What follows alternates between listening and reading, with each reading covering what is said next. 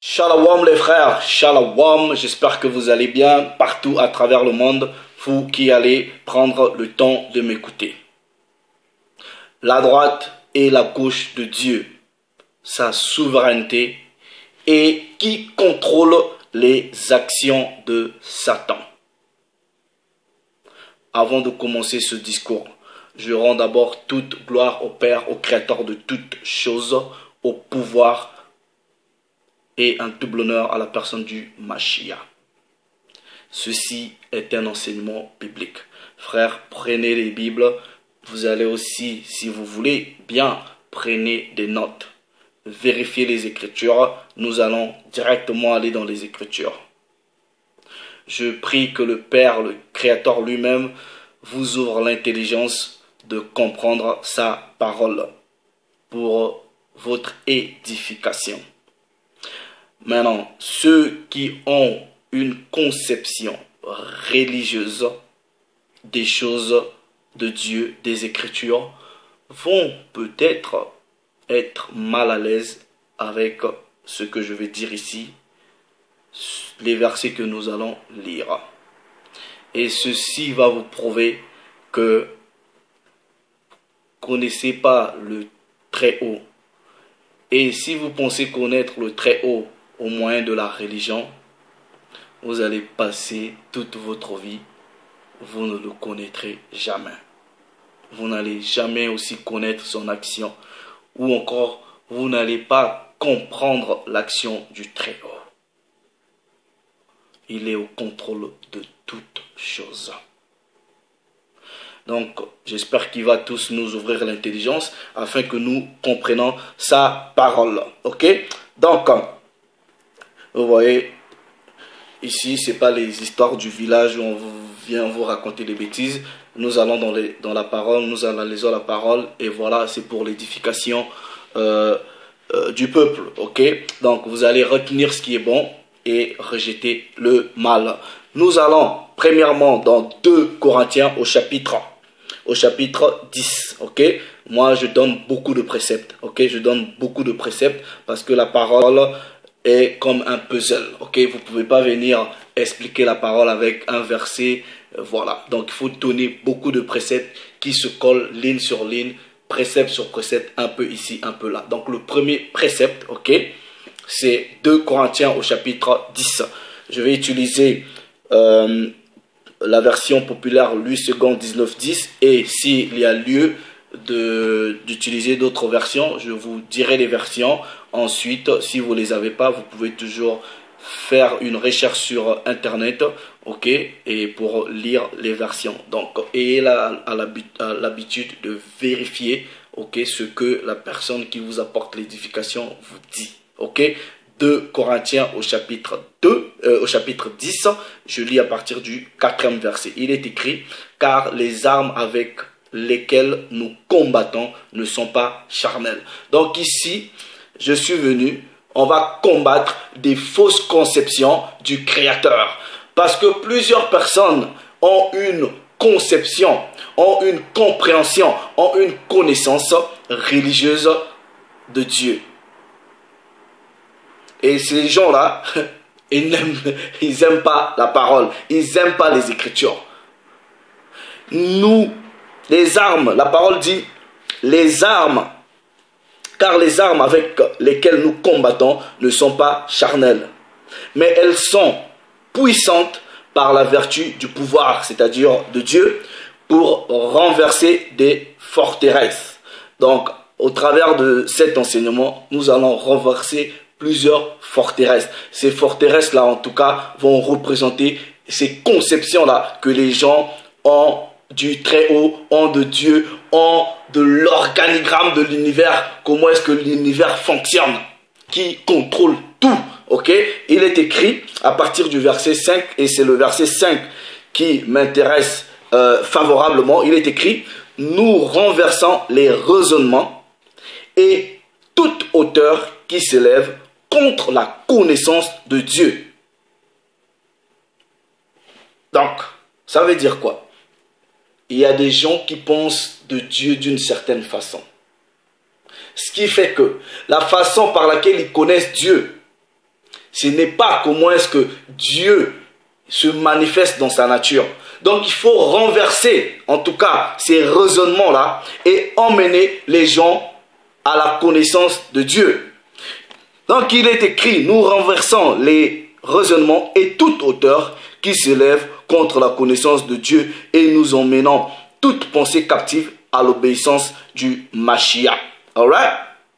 Je vais dans ce que à l'heure actuelle sur YouTube il pullule des gens qui ramènent leur philosophie, les histoires du village, des trucs à dormir debout. Les gens veulent se glorifier, les gens veulent faire bouffer l'argent avec la Bible. Ils viennent avec des philosophies, des façons de penser. Ils veulent se glorifier alors que ils devraient glorifier le Très-Haut. Et en tout cas à travers le Mashiach, les gens veulent prendre la gloire, c'est eux. Voilà, bref, nous on n'a pas le temps pour ça. Il est écrit dans 2 Colossiens, nous aimons la parole, nous allons dans la parole, nous lisons la parole et nous partageons ce qui est écrit pour l'édification du peuple. On va dans Colossiens chapitre 2, je vais lire le verset 8. Il est écrit, prenez garde les frères, que personne ne fasse de vous sa proie. Par quoi? La philosophie. Ils vont vous ramener des noms bizarres, des philosophies bizarres. Bref, on vous dit, prenez garde que personne ne fasse de vous sa proie par la philosophie et par une vaine tromperie. S'appuyant sur la tradition des hommes, ok? Ils vous ramènent les histoires du village, sur la tradition des hommes, ok? Des histoires à dormir debout, mais sur la tradition des hommes, sur les rudiments du monde et non sur le Mashiach, c'est-à-dire le Mashiach qui est la parole du Père selon Apocalypse 13, 19. Ok? Maintenant, regardez. Quand nous réfléchissons et surtout quand nous analysons la pensée générale de ce que les gens pensent du Créateur, parce que moi, des fois, quand je dis à ma famille, à mes frères et sœurs, Dieu est ceci, et ils sont choqués parce qu'ils ont reçu, on leur a appris un Dieu qui est tout bon, qui est toujours doux, qui fait toujours du bien aux gens, qui est toujours amour. Et quand vous leur dites à la lumière des Écritures que faites attention, ils sont choqués. Et c'est pour cela là, les gens vont lire des choses.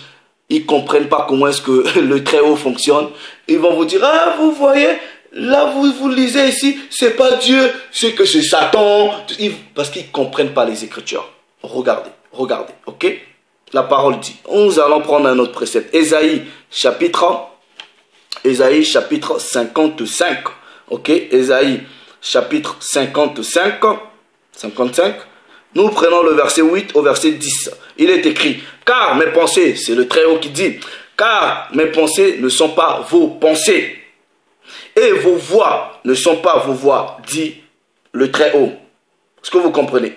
Il dit, autant les cieux sont élevés au-dessus de la terre, autant mes voix sont élevées au-dessus de vos voix, et mes pensées au-dessus de vos pensées. Ça veut tout simplement dire que nous, dans la dimension de l'humanité, étant que des hommes, étant que des créatures, de la façon que nous réfléchissons, nous pensons, ne sont pas les pensées du Père.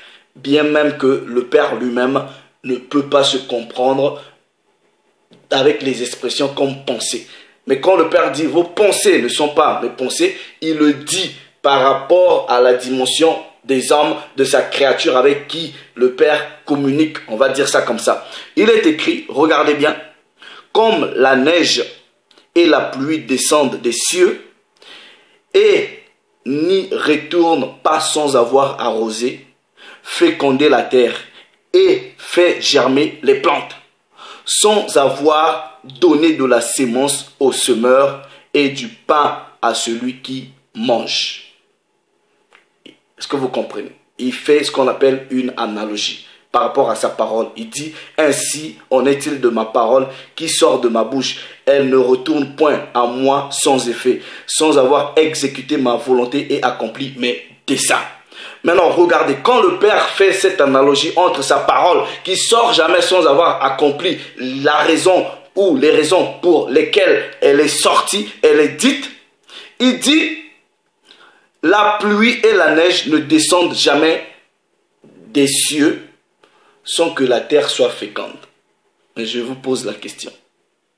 C'est que vous allez comprendre, quand la pluie descend, elle féconde la terre, l'agriculteur, lui, il aime bien, mais la pluie aussi peut être un désavantage pour d'autres personnes. Et même l'agriculteur, la pluie peut causer des inondations. Donc vous allez comprendre la dichotomie de cette réalité, ok? Et c'est le Très-Haut qui contrôle toutes ces choses, alright? Donc vous allez imaginer, par exemple, quand il pleut, oui, la pluie a des avantages, mais la pluie aussi a des inconvénients, ok? Vous allez comprendre les mystères de comment est-ce que cet univers est contrôlé par le Très-Haut. Je prends Deutéronome, chapitre 30. Deutéronome, chapitre 30. Je lis à partir du verset 15. Regardez bien, regardez, ok? Le Très-Haut dit, « Vois, je mets devant toi la vie et le bien, la mort et le mal. » Bon, ça c'est... Maintenant, s'il faut décortiquer les mots qui sont utilisés ici, ça va nous prendre des heures. On va faire simple. On lit. Vois, je mets devant toi la vie et le bien, la mort et le mal. C'est le Père qui parle. Mais regardez, il dit, car je te prescris aujourd'hui d'aimer l'Éternel, ton Dieu, de marcher dans ses voies et d'observer ses commandements, ses lois, ses ordonnances, afin que tu vives et que tu multiplies. Et que tu te multiplies. Et que l'Éternel, ton pouvoir, te bénisse dans le pays dont tu vas entrer en possession. Ok? Maintenant, je saute à cause du temps. Je prends le verset 19. Il est écrit, je prends aujourd'hui à témoin contre vous le ciel et la terre.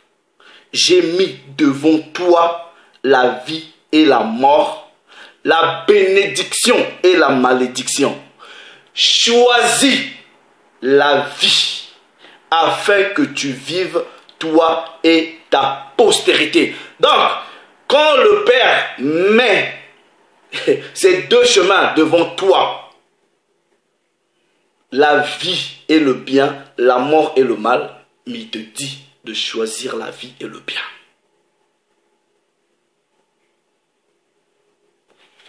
Job, ok? Job chapitre 2.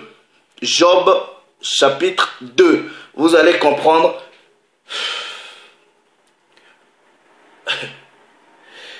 Avant, plusieurs choses pouvaient me faire mal. Plusieurs choses pouvaient me faire pleurer. Mais quand je suis arrivé à comprendre comment est-ce que le Père contrôle l'univers, je lui rends toute la gloire pour toutes choses. Job chapitre 2. Ok? Maintenant, regardez au verset 10. Ok? Regardez bien, parce que Job avait déjà compris comment est-ce que l'univers est contrôlé par le Très-Haut et que le Très-Haut régit l'univers de façon dichotomique. Ok? Regardez. Je vais prendre la version de la liturgie. Job chapitre 2 du verset 10. Version de la Bible de la liturgie. Il lui répondit, tu parles comme une insensée à sa femme. Ok? Si nous accueillons le bonheur comme venant de Dieu, comment ne pas accueillir de même le malheur? Oh, Job avait compris ça. En tout cela, Job ne commit pas de péché par ses lèvres. Parce que la femme, quand elle a vu ça, elle voyait tout le temps les bénédictions du Très-Haut. Elle s'en réjouissait. Et quand les choses ont commencé à changer, s'est dit, mais non, c'est pas possible. Version seconde 19:10, Job lui répondit, tu tiens le langage d'une folle. Nous acceptons le bien de la part de Dieu et nous n'accepterions pas aussi le mal. Bible des peuples, tu parles comme une insensée. Si nous acceptons le bonheur que Dieu nous donne, pourquoi n'accepterions-nous pas aussi le malheur? Est-ce que vous comprenez? Job avait compris cela. Amos chapitre 3. Alright? Amos chapitre 3. On va lire les Écritures sans faire beaucoup d'interprétations personnelles. Ok? Les choses sont là simples. Amos chapitre 3 verset 6. Sonne-t-on de la trompette dans une ville sans que le peuple soit dans l'épouvante? Arrive-t-il un malheur dans une ville sans que l'Éternel en soit l'auteur? Car le Seigneur, le pouvoir, ne fait rien sans avoir révélé son secret à ses serviteurs, les prophètes. Arrive-t-il un malheur dans une ville sans que le Très-Haut en soit l'auteur?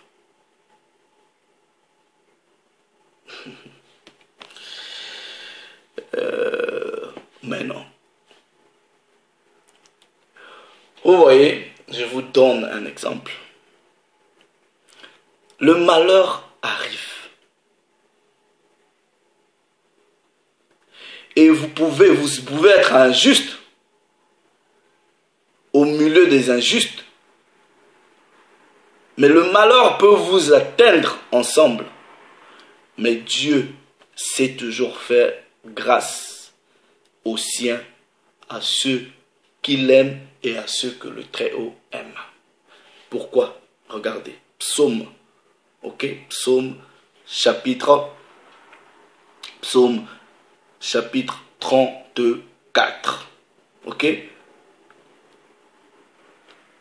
verset 19 ou verset 20 selon les versions.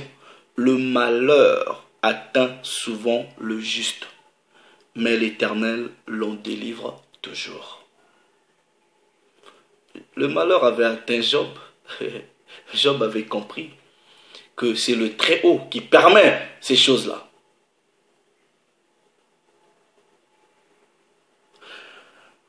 Mais non, imaginez un peu, si le Très-Haut n'avait aucun contrôle de l'univers, de cette réalité. Mais si Satan veut vous tuer à l'instant, si on veut vous faire du mal à l'instant, si les démons veulent vous attaquer à l'instant,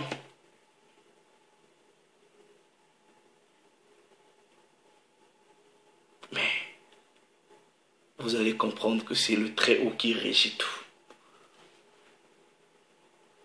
Regardez. Alright? Nous allons prendre des préceptes. Vous allez saouler les préceptes ici. Ésaïe chapitre 45. J'espère que vous prenez des notes. Ésaïe chapitre 45. Ok? Ésaïe chapitre 45. Alright? Verset 7. Version de la liturgie. Ésaïe chapitre 45, verset 7. Je façonne la lumière et je crée les ténèbres. Je fais la paix et je crée le malheur. C'est moi le Seigneur qui fait tout cela. J'avais déjà aussi dans le passé expliqué ce verset. Ok, le malheur ici, ça va être l'adversité. Ok, mais vous allez comprendre quand on va voir la droite et la gauche, comment est-ce que l'univers est contrôlé par le Très-Haut. Vous allez comprendre pourquoi il crée toutes ces choses-là. Ok? Version des peuples. Celui qui forme la lumière et qui fait les ténèbres, qui mène au succès et qui fait le malheur, tout cela, je le fais moi, Yahvé. Est-ce que vous comprenez? 1 Samuel, j'invente rien, vous lisez dans les Écritures. 1 Samuel, vous allez arrêter de pleurer pour des bêtises. 1 Samuel, et vous allez comprendre pourquoi on dit en toutes choses, donnez la gloire au Père. 1 Samuel, chapitre 2, verset 6. L'Éternel fait mourir et il fait vivre. Est-ce que vous comprenez la dichotomie ici? L'Éternel fait mourir et il fait vivre. Il fait descendre au séjour des morts et il en fait remonter. Dichotomie. Il tue, il donne la vie. Il vous envoie en enfer, c'est-à-dire le séjour des morts, et il vous fait sortir de là. J'invente rien, ce sont les Écritures. Alright? Maintenant, quand il y a dichotomie, vous allez comprendre que c'est comme ça que l'univers est régi. Et c'est le Très-Haut qui contrôle tout. Quand on parle de dichotomie, ça veut dire que vous avez deux réalités qui s'opposent. Et ces réalités-là vont représenter la droite et la gauche du Très-Haut. Regardez, même le Mashiach avait déjà compris. Maintenant ici, je vais vous laisser encore réfléchir. Dans le passé, je vous avais fait une petite vidéo en vous disant qui est assis à la gauche du Père, puisque souvent on parle seulement de la droite, de la droite, de la droite. Mais la gauche, ça représente quoi? Cette vidéo a causé du tort à plusieurs personnes qui ne comprennent pas comment est-ce que le Très-Haut se manifeste. Des idiots, ils ne comprennent pas les Écritures. Nous prenons Matthieu chapitre 20, ok? Quand on leur dit, oh le Très-Haut, oh mais comment est-ce que Dieu est contenu dans sa réalité? Mais des malades. Matthieu chapitre 20, Matthieu chapitre 20, alright? Vous allez comprendre que le Christ lui-même avait déjà compris le mystère même dichotomique de la réalité, ok? Et vous allez voir comment est-ce qu'il va réagir par rapport à ce qu'on va lui demander. Regardez, Matthieu chapitre 20. Je prends à partir du verset 20. Il est écrit.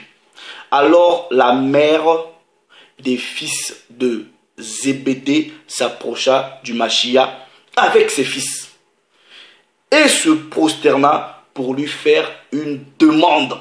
Donc cette mère-là savait que c'était le Mashiach. Maintenant, elle va lui faire une demande. Mais écoutez la demande et écoutez la réaction du Mashiach. Elle dit, il lui dit, que veux-tu? Ordonne. Ça, c'est la femme qui dit maintenant. Ordonne, lui dit-elle, que mes deux fils que voici soient assis. Où? Dans ton royaume, l'un à droite, l'un à gauche. Alors regardez la réaction du Mashiach. Le Mashiach a répondu, vous ne savez pas ce que vous demandez. Pourquoi il lui a dit ça? Il dit, mais vous ne savez pas ce que vous demandez. Regardez. Pouvez-vous boire la coupe que je dois boire? Nous le pouvons, disent-ils. Et il leur a répondu, il est vrai que vous boirez ma coupe, mais, il dit, mais, pour ce qui est d'être assis à ma droite et à ma gauche, cela ne dépend pas de moi et ne sera donné qu'à ceux à qui mon Père l'a réservé. Ça veut dire quoi? Le Père a réservé certains pour être à droite, d'autres pour être à gauche. La gauche va représenter quoi? La droite va représenter quoi? Vous allez réfléchir au moyen des Écritures que nous allons donner ici. Regardez ceci. Nous allons dans un roi. Ok? Ça, c'est l'écriture qui affole plusieurs personnes qui ont des problèmes avec des compréhensions de texte. Ok? Bref, un roi. Regardez. Un roi au chapitre 22. À partir du verset 19. J'avais déjà aussi expliqué ce verset dans le passé. Il est écrit. Et Michée dit, écoute donc ma parole, Éternel. J'ai vu, il était dans des visions, j'ai vu l'Éternel assis sur son trône. Et toute l'armée des cieux se tenant auprès de lui. On the left side and on the right side. À gauche et à droite. Toute l'armée des cieux. Qui sont à gauche, qui sont à droite? Ça, vous comprenez? Regardez. Regardez. Quand la femme déjà... Bon, vous voyez quand les gens... J'avais déjà expliqué. Vous voyez, quand on dit... Parce qu'un trône représente la gloire, le pouvoir, la souveraineté. Or, quand on dit, quand Michée a vu l'Éternel assis, ce n'est qu'une vision. Et Michée voyait la représentation de comment est-ce que le Père contrôle ces réalités. Ça ne veut pas dire que le Très-Haut était dans un trône. Non. C'est des manifestations. On te donne une vision pour que tu vois comment est-ce que les choses fonctionnent. Or, le Mashiach est dit d'être lui-même assis à la droite du Très-Haut. Quand la femme lui demande que pourquoi même cette femme a dit l'un à gauche, l'un à droite, pourquoi elle n'a pas juste dit soit tous à gauche, soit tous à droite? Parce qu'elle savait. Regardez, ok? Nous prenons, puisque le Mashiach lui-même est dit d'être assis à la droite du Très-Haut. Alright? Colossiens chapitre 3, verset 1. Il est écrit, si donc vous êtes ressuscité avec le Christ, cherchez les choses d'en haut, où Christ est assis à la droite du pouvoir du Très-Haut. Marc chapitre 14. Marc chapitre 14, verset 62. Il est écrit, le Mashiach répondit, je le suis, et vous verrez le Fils de l'homme assis à la droite de la puissance de Dieu et venant sur les nuées du ciel. Hébreux chapitre 1er. Hébreux chapitre 1er, verset 3. Il est écrit, je lis même à partir du verset 2, il est écrit, Dieu dans ces temps nous a parlé par le Fils qu'il a établi héritier de toutes choses, par lequel il a aussi créé le monde.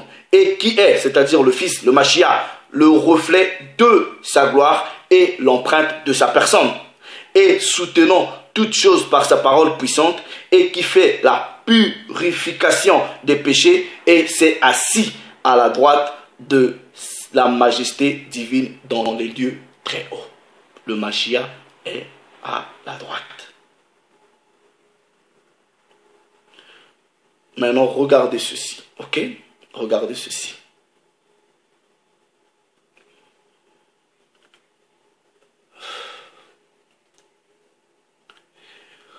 Quand le Très-Haut, par exemple, veut punir une nation ou veut punir quelqu'un, il envoie quoi? Le malheur. Alright? Mais non. Les anges qui viennent ou les entités qui viennent pour apporter le malheur ou les frappes de Dieu sur des gens ou sur des nations, c'est des destructeurs. Ok? Maintenant, je vous dis. Quand le Très-Haut a demandé à des entités d'aller, par exemple, brûler Sodome, l'action de ces anges-là, c'est pas bien, c'est le malheur. Mais est-ce que cette action est considérée, selon Dieu, comme étant un malheur comme tel? Non, le malheur, c'est dans la dimension de vous, les hommes, qui subissez cette action. Donc, vous allez comprendre qu'il y a les entités en charge des choses pour frapper, pour apporter les calamités, pour apporter le malheur. Il y a des entités que le Très-Haut contrôle. Regardez, le livre du Siracide. Ok? Livre du Siracide. Si vous n'avez pas ça, alright, vous pouvez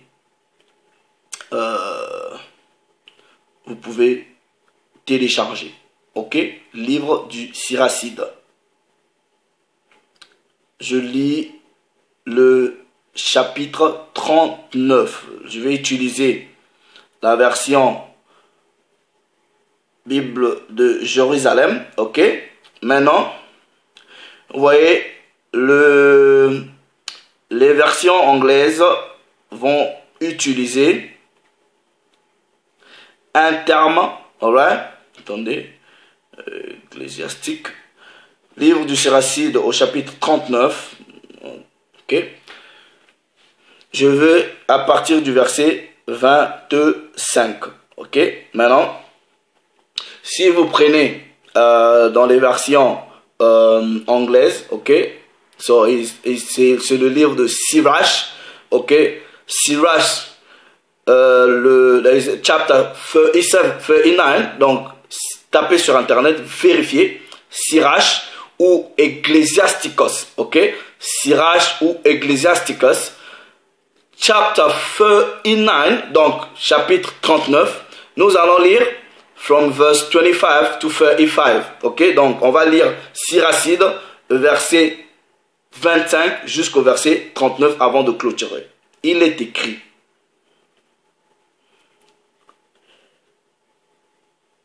les esprits ont été créés pour des bons... Non, on dit les biens ont été créés, alright, pour les bons dès le commencement. Et de même pour les méchants et les maux. Dans les versions, attendez, je vais aller dans la version anglaise. Ok, Ecclesiasticus, King James Version, Ecclesiasticus, hold on, chapter 39, 39, je lis à partir du verset 25, ok? Dans les versions françaises, ils disent des biens, ok? Mais dans les versions anglaises, ils disent there be spirit, ils disent des esprits that are created. Non, ça c'est le verset 28, ok? Non. Je vais lire le verset 28 dans la version anglaise, mais nous continuons dans la version française. Donc, il est écrit, les biens, à partir de 25 ans, les biens ont été créés pour les bons dès le commencement, et de même pour les méchants, les maux. Est-ce que vous comprenez? Donc, pour les méchants, on leur a réservé des maux, des choses qui ne sont pas bien. Les biens, c'est pour les bons. Verset 26, alright? Ce qui est de première nécessité pour la vie de l'homme, c'est l'eau, le feu, le fer et le sel, la farine de froment, le lait et le miel, le jus de la grappe, l'huile et le vêtement. Tout cela est bien pour des bons, mais pour les pécheurs, cela devient un mal. Ok? Verset 28 maintenant, regardez. Dans les versions françaises, ils vont dire il y a des vents, mais dans les versions anglaises, ils vous disent il y a des esprits. Ok? Dans les versions françaises, je lis Bible de Jérusalem, il est écrit il y a des vents créés pour le châtiment. Et dans sa fureur, il en fait des fléaux.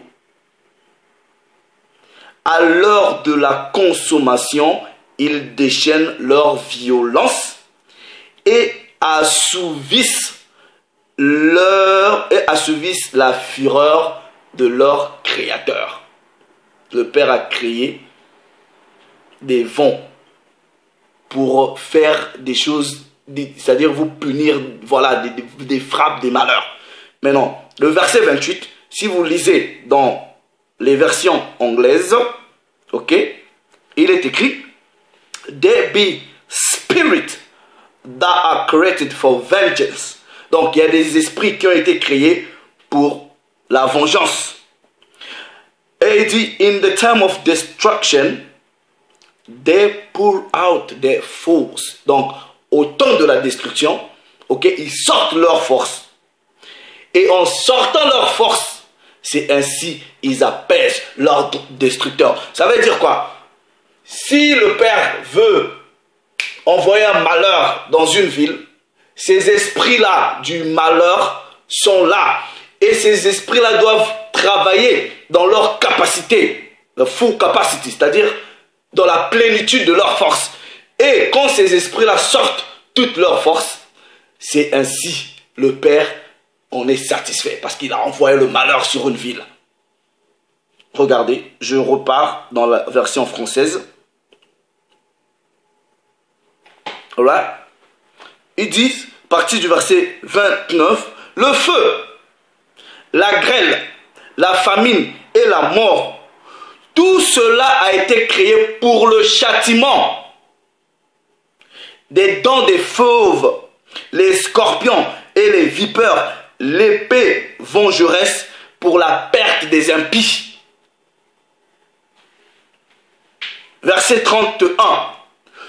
Tous se font une joie, écoutez bien, tous se font une joie d'exécuter ses ordres. Ouf.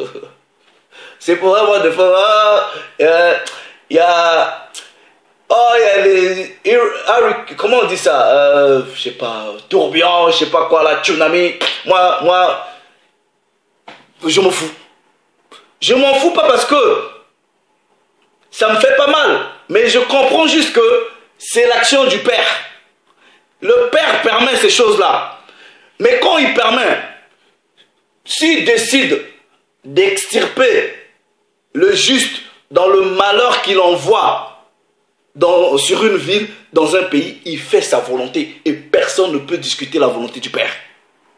Il dit, tous se font une joie d'exécuter ses ordres. Et ils sont prêts. Regardez bien, écoutez bien. Ils sont sur la terre, prêts pour le cas de besoin. Le moment venu, ils n'effondreront pas sa parole. Ça veut dire quoi? Quand le Père dit tsunami, inondation, je sais pas quoi là, sur cette ville, ces entités-là sont prêtes et elles sont remplies de joie d'exécuter l'ordre du Créateur. C'est pourquoi, dès le début, j'ai décidé, j'ai réfléchi et j'ai écrit. Les œuvres du Seigneur sont toutes bonnes. Il donne sa faveur à qui on a besoin à l'heure propice. C'est pour ça qu'on dit, le Père fait grâce à qui il veut. Alright? Il ne faut pas dire ceci est moins bon que cela, car tout en son temps sera reconnu bon. Le Père sait pourquoi il permet certaines choses. Et maintenant, de tout cœur, à pleine bouche, chantez et bénissez le nom du Très-Haut. J'aime bien lire ça dans les versions anglaises. On vous dit, il y a des esprits qui ont été créés, qui sont là, qui attendent que le Père donne des ordres. Allez exécuter. Vous, la parole dit, ces esprits-là, ces entités-là sont prêtes à accomplir ce que le Père leur demande de faire.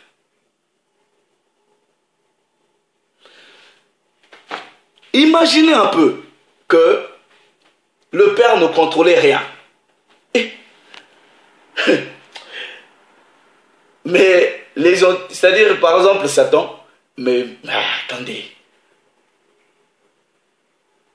s'il décide d'exterminer, si Satan décide aujourd'hui, en tout cas s'il avait la possibilité d'exterminer toute la terre, il l'aurait fait. Mais il ne peut pas. Il ne peut pas. Parce que le Très-Haut contrôle tout. Contrôle tout. Même les actions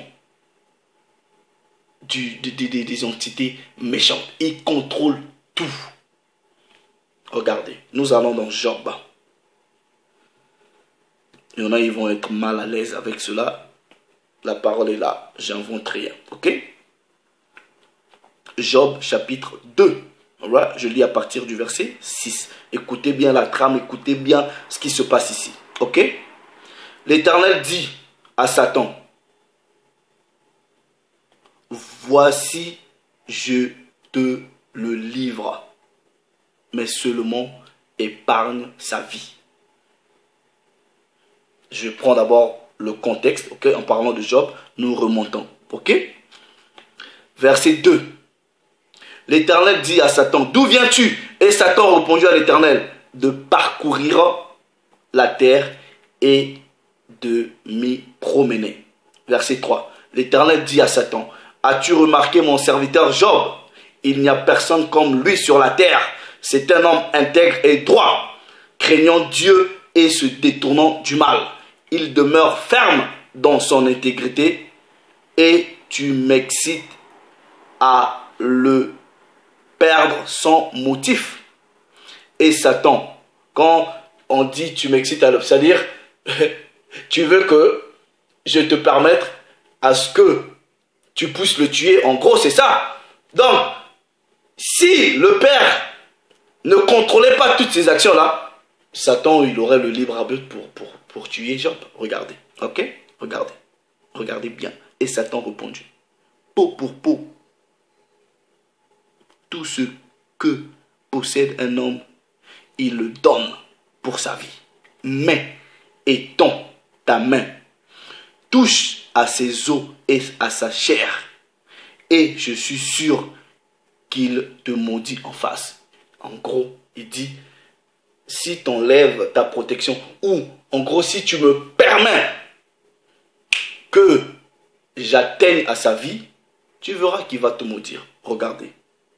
Et l'Éternel dit à Satan, voici, je te le livre, seulement épargne sa vie.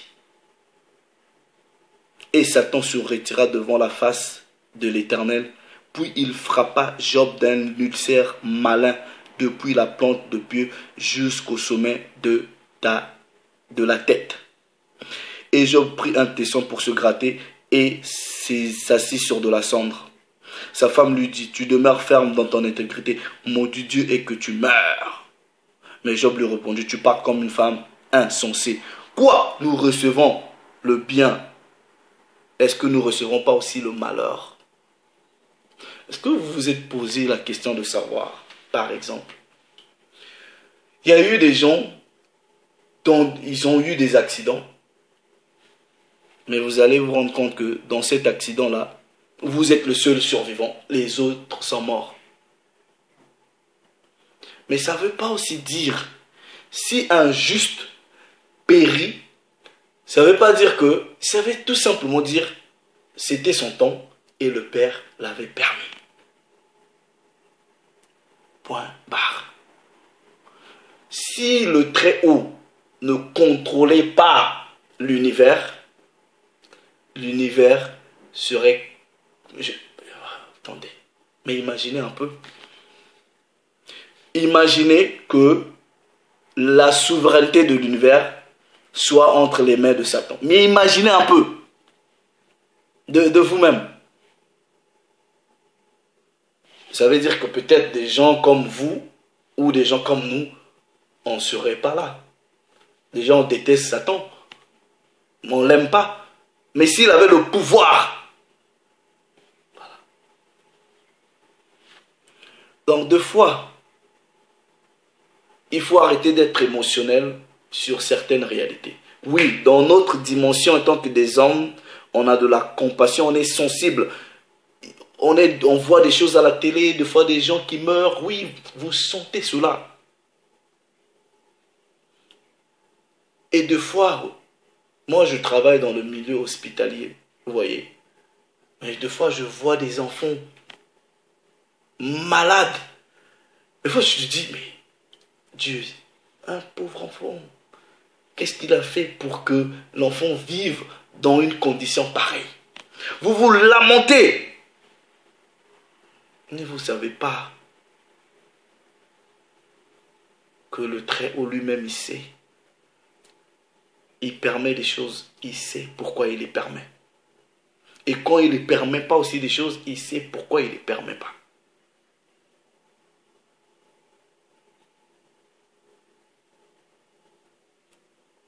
Est-ce que vous comprenez? Donc, quand le Père envoie, par exemple, il a envoyé les destructeurs, des fléaux. Mais comment dire, c'est des malheurs. Mais ces entités-là qui viennent, elles viennent pour exécuter la volonté de leur créateur. Et la parole dit, ces entités-là sont prêtes à tout moment. Elles attendent que l'ordre. Le Père est souverain de tout. Il est là, il regarde sa création. Il regarde sa création. Il y a des choses qui arrivent, il permet. Et il sait pourquoi il permet. C'est pour cela qu'il dit, il fait descendre du séjour des morts et il en remonte. Aujourd'hui, ta condition ne peut peut-être pas être favorable. Tu peux peut-être être malade. Mais tu ne sais pas ce que le Très-Haut te réserve dans un futur. Tu ne sais pas. C'est pour cela le plus important, c'est de donner sa vie au Mashiach, de croire au Père, de respecter sa loi, de marcher selon sa loi. Et malgré que nous vivons dans une réalité où plusieurs choses se passent,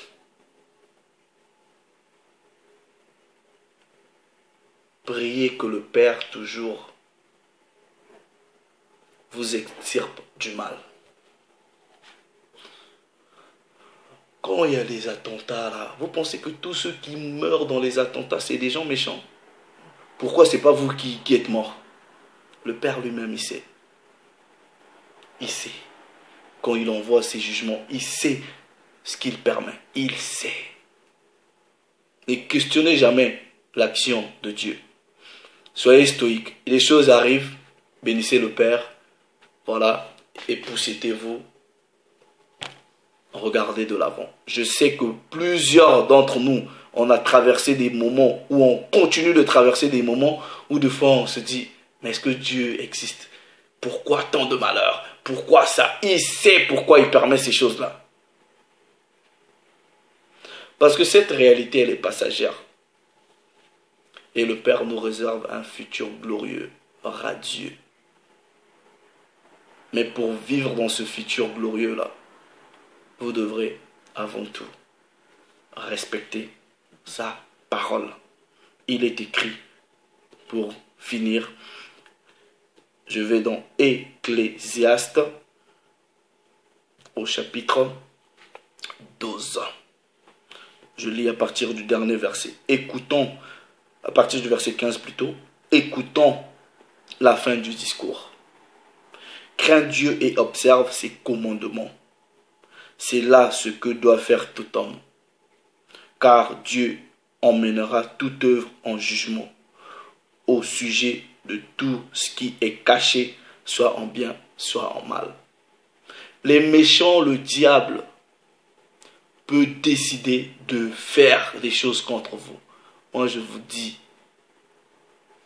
si sincèrement, vous marchez avec le Père, si vous arrive quelque chose, c'est le Père qui le permet.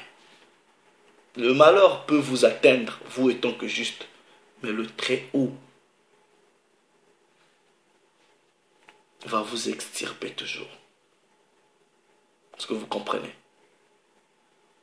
Il y a des gens qui sont cloués avec des maladies, cancers, des conditions incurables. Ne perdez pas espoir. Le Père lui-même, il sait pourquoi ces choses-là sont arrivées. Il y a des malheurs qui nous arrivent parce que c'est un châtiment, parce que le Père, il châtie ceux qui aiment. Il y a des malheurs aussi qui nous arrivent pour nous rapprocher encore du Très-Haut. Il y a des malheurs aussi qui nous arrivent parce que vous êtes méchants et vous êtes punis. Point barre. Donc quand quelque chose de mal vous arrive, ne soyez pas dans la précipitation de maudire Dieu. Réfléchissez. Pourquoi telle chose m'arrive-t-il? Pourquoi ceci? Pourquoi cela? Et dans toute chose, donnez toute la gloire au Très-Haut. Le Père s'est encore glorifié. Shalom.